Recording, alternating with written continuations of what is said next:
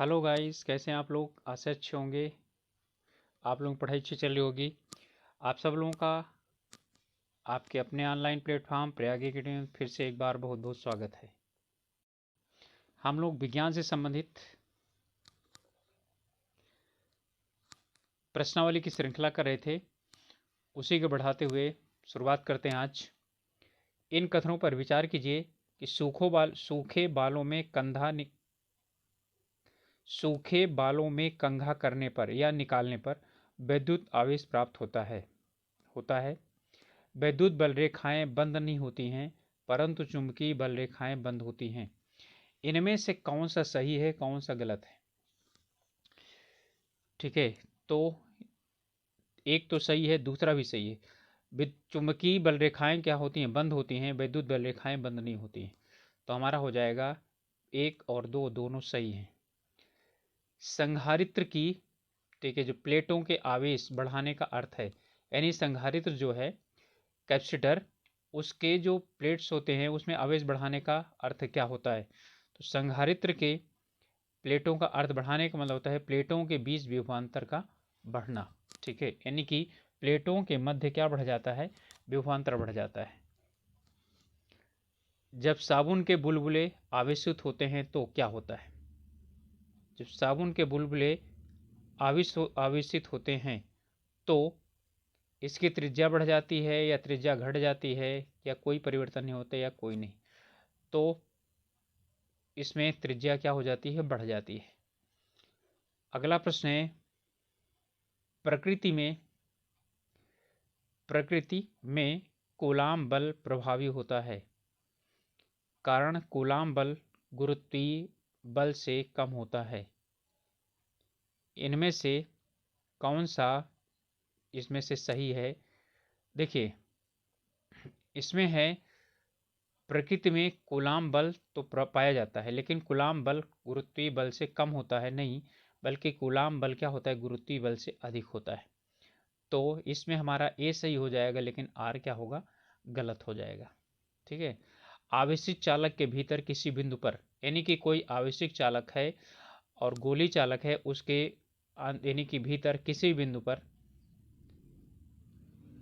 विभव नियत रहता है, वैद्युत क्षेत्र शून्य होता है, दोनों, या वैद्युत क्षेत्र नियत रहता है। तो ये दोनों सही हैं, विभव भी नियत रहता है और वैद्युत क्षेत्र क्या होता है? शून्य होता है। ठीक है, तो हमारा सी हो जाएगा। ए और बी दोनों सही हैं। फेराड मात्रक है, यानी कि फेराड मात्रक है, फेराडे ने जिसके लिए दिया था वही होगा। क्या प्रतिरोध का होता है? इसका तो ओम होता है, फिर चालकता है, फिर धारिता है, और फिर प्रेरकत्व है। तो ये फेराडे किसका मात्रक होता है? एसएससी सीजीएल में आया था। ठीक है, तो इनमें से कोई सा भी क्या है? फेराडे का मात्रक नहीं है, यानी फेराडे जो है इनमें से किसी का भी मात्रक नहीं है।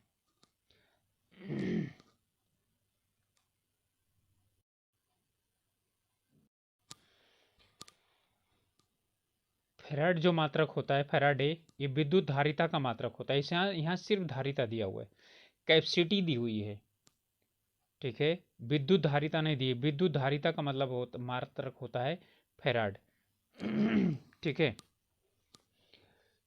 तो अगला प्रश्न है, दो चालक गोले अलग अलग आवेशित किए जाए और फिर उनको संपर्क में लाया जाए। ठीक है, तो यानी कि दो चालक जो हैं वो अलग अलग आवेशित किए जाते हैं और फिर इन्हें एक साथ संपर्क में लाया जाता है, तो क्या होता है? क्या दोनों गोलों की संपूर्ण ऊर्जा संरक्षित रहती है, या दोनों गोलों का संपूर्ण आवेश संरक्षित रहता है, या संपूर्ण ऊर्जा और संपूर्ण आवेश दोनों में संरक्षित रहता है, या अंतिम विभव हमेशा दोनों गोलों के मूल विभवों के माध्य के बराबर होता है? इसमें है, हमारा उत्तर हो जाएगा दोनों गोलों का संपूर्ण आवेश क्या रहता है? संरक्षित रहता है। उसमें आवेशित किया गया ना, ऊर्जा नहीं दी गई है। वांडे ग्राफ जनचित जो इन जनरेटर होता है, वांडे ग्राफ जनरेटर यानी जनित्र, इसका उपयोग किसके लिए किया जाता है? आवेशित कणों को त्वरित करने के लिए, या वृहद धारा उत्पन्न करने के लिए, या विद्युत क्षेत्र उत्पन्न करने के लिए या उच्च आवृत्ति वोल्टा उत्पन्न करने के लिए। तो वान डे ग्राफ किसका प्रयोग किया जाता है? उच्च आवृत्ति की वोल्टता उत्पन्न करने के लिए प्रयोग किया जाता है। अगला प्रश्न है, इन कथनों पर विचार कीजिए।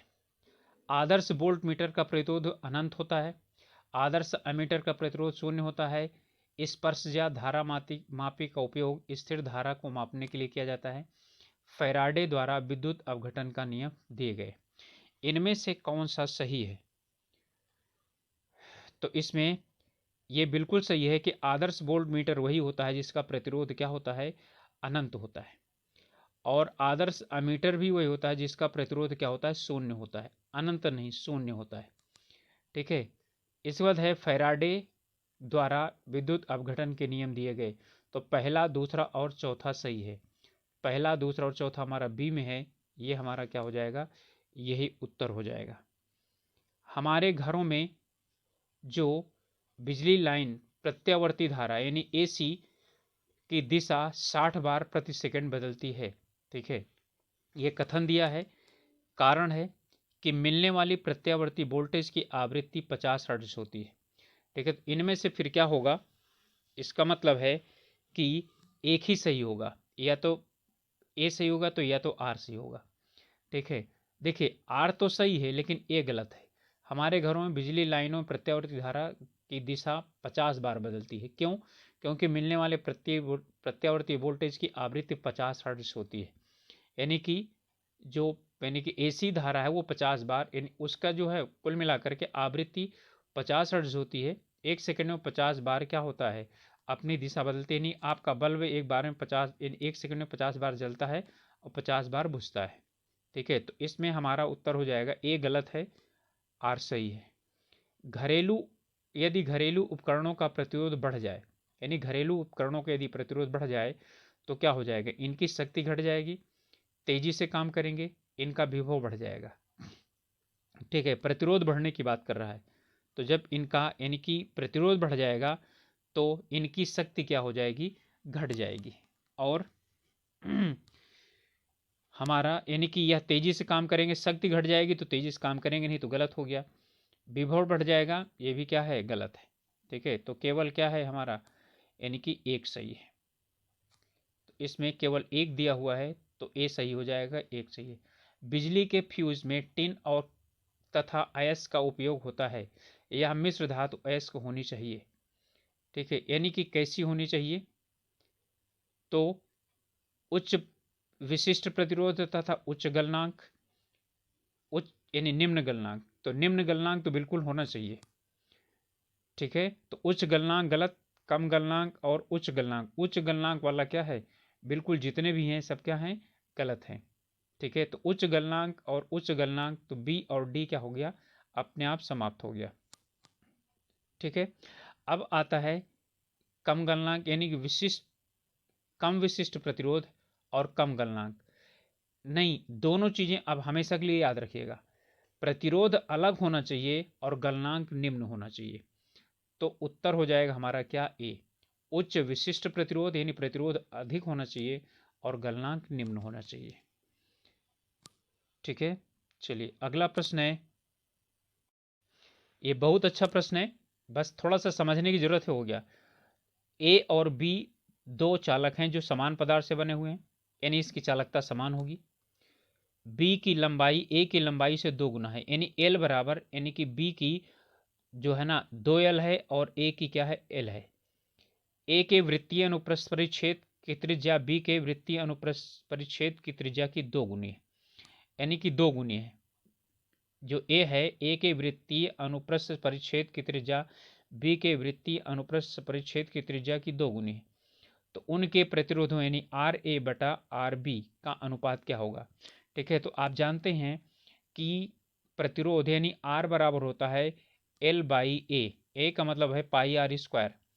तो आर स्क्वायर यानी कि जो है ना, अब इसके बाद ध्यान देना कि यानी कि पहले तो जो है ना बी का कितना है?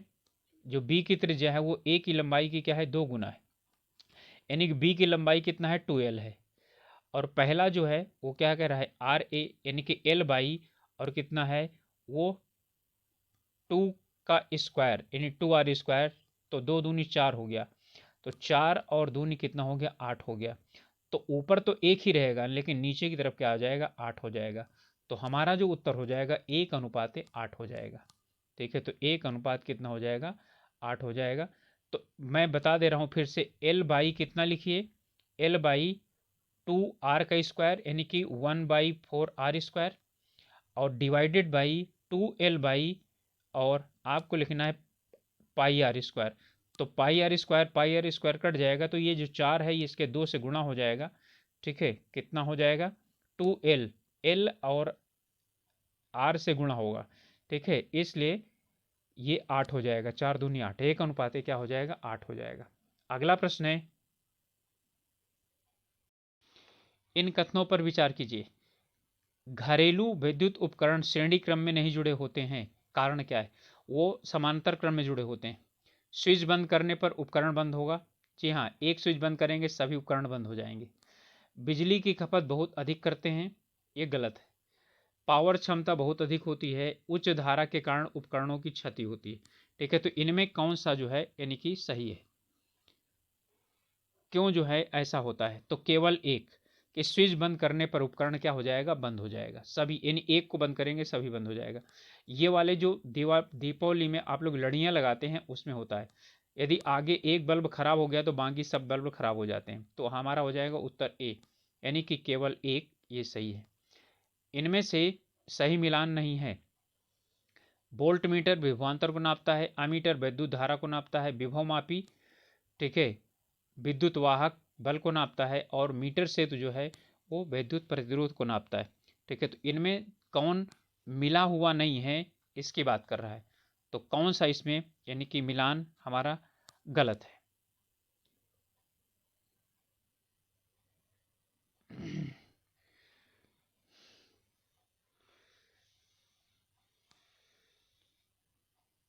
तो इसमें है वोल्ट मीटर, ठीक है, विभवा यानी कि ये विभवांतर को मापता है। ठीक है, अमीटर विद्युत धारा को मापता है, विभव मापी विद्युत वाहक बल को नापता है। ठीक है, मीटर से तो विद्युत प्रतिरोध को नापता है। ठीक है, ये सही है। यहाँ पर विभव मापी जो है, वोल्ट मीटर ही तो विभव मापी है। ठीक है, ये विद्युत वाहक बल को नापता है, ये क्या है, ये गलत है। तो हमारा उत्तर हो जाएगा सी। अगला प्रश्न है, निम्नलिखित कथनों पर विचार कीजिए। एक कापर विभव मापी मापता है परिपथ में गुजरने वाली धारा की मात्रा, कापर की जमा मात्रा, परिपथ का प्रतिरोध। ठीक है, तो विभव मापी यहाँ पर यानी कि इसमें से किस चीज़ को नापेगा, तो इसमें परिपथ में गुजरने वाली धारा की मात्रा को, ठीक है, और कापर की जमा हुई मात्रा को, इसको नापता है। अगला प्रश्न है, CFL और LED, CFL और LED लैंप में क्या अंतर है, ये IS का प्रश्न है। प्रकाश उत्पन्न करने के लिए CFL द्वारा वाष्प और फास्फोरस का प्रयोग किया जाता है, जबकि LED लैंप में अर्धचालक पदार्थों का प्रयोग किया जाता है। ये बिल्कुल सही है।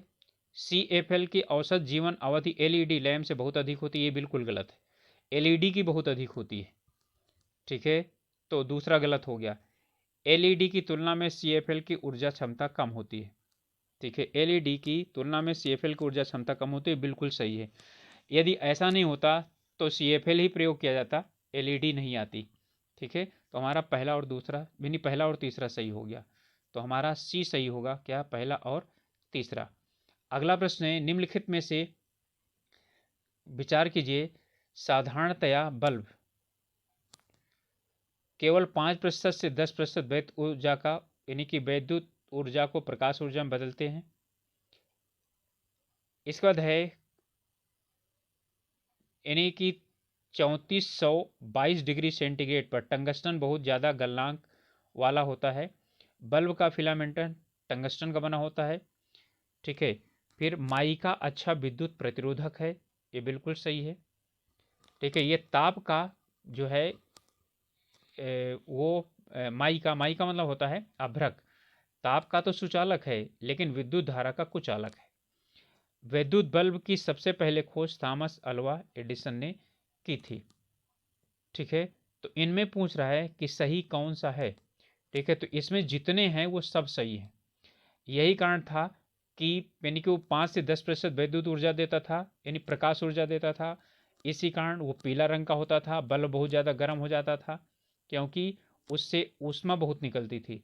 टंगस्टन का गलनांक बहुत ज़्यादा होता है, 3422 डिग्री सेंटीग्रेड। माइका विद्युत का प्रतिरोधक है और ऊष्मा का सुचालक है, इसलिए इसका प्रयोग विद्युत जो है उपकरणों में किया जाता है। विद्युत बल्ब का खोज एडिसन ने किया था। तो यानी कि सभी इसमें सही हैं। तो इसमें उत्तर हो गया कि सभी क्या हैं, सही हैं, सी हो जाएगा। अगला है इन पर विचार, कथनों पर विचार करना है कि जो ओम का नियम बहुत कम तापमान तथा बहुत उच्च तापमान पर प्रयोग नहीं होता है। ओम का नियम अर्धचालकों पर लागू होता है, अर्धचालकों पर यह लागू नहीं होता, चालकों पर लागू होता है। ठीक है, तो किसी चालक की बात करता है ओम के नियम के। ओम का नियम वैद्युत ट्यूब, डिस्चार्ज ट्यूब तथा वैद्युत अपघटन पर लागू नहीं होता। ठीक है, प्रतिरोध के व्युत्क्रम को चालकता कहते हैं तथा इसे सीमेंस से नापते हैं। ठीक है, तो अब इसमें कौन सा सही है। ठीक है, तो इसमें मैंने बता दिया दूसरा गलत है, जहां जहां दूसरा होगा उसे हटा दीजिए। ठीक है, यहाँ भी दो है, यहाँ भी दो है, यहाँ पर भी दो है, ये सब हट जाएंगे, बचेगा 1, 3 और 4 सही है। अगला प्रश्न है, निम्नलिखित में से कौन सा विद्युत का अच्छा चालक है। विद्युत का अच्छा चालक ग्रेफाइट, डायमंड, सोडियम क्लोराइड और सोडियम जो है ना फ्लोराइड। तो इसमें है ग्रेफाइट, जिससे क्या बना होता है, पेंसिल बनी होती है। एक अच्छा चालक जिसमें धारा बहती है, एक अच्छा चालक जिसमें धारा बहती है, कौन सी धारा बहती है, ऋणात्मक आवेश, धनात्मक आवेश, विद्युत उदासीन या धनात्मक तथा ऋणात्मक आवेश। तो चालक किसे कहते हैं, जिसमें ऋणात्मक आवेश बहता है, ठीक है, या जिसमें धनात्मक आवेश बहता है, या दोनों बहते हैं।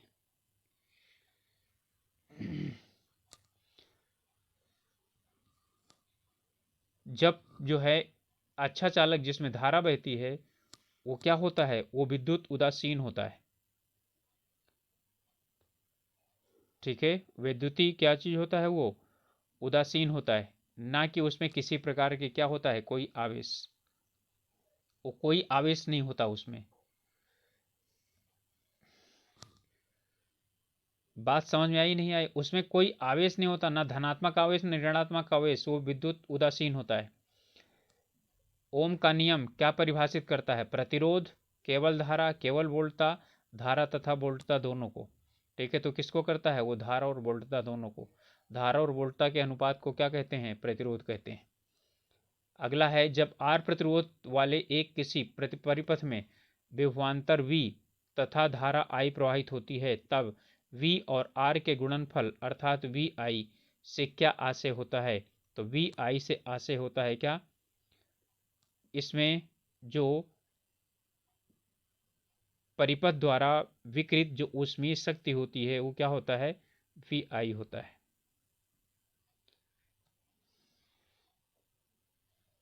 अथवा प्रतिरोध होता है अथवा उत्पन्न ऊष्मा होती है। तो इसमें होता है परिपथ द्वारा विकृत ऊष्मीय शक्ति। ठीक है, अगला है, जिसे आगे चल करके आप क्या करते हैं, नापते हैं, किसमें, वाट में। सुरक्षा फ्यूज बनाने हेतु तारों का निर्माण में प्रयुक्त धातु कौन कौन सी होती है। अच्छा, ये फिर से आ गया है प्रश्न, ये पहले भी था। ठीक है, तो इसका उत्तर क्या होगा, गलनांक न्यून होना चाहिए, प्रतिरोधकता उच्च होनी चाहिए। तो हो जाएगा हमारा उत्तर बी, कि इसमें उच्च प्रतिरोधकता और न्यूनतम गलनांक। तो स्टूडेंट्स, ये थे प्रमुख विज्ञान के, भौतिक विज्ञान के प्रश्न की श्रृंखला। मिलेंगे अगले वीडियो में। तब तक के लिए आप लोग अपना स्वास्थ्य का ध्यान रखिए और अपनी पढ़ाई करते रहिए। All the best.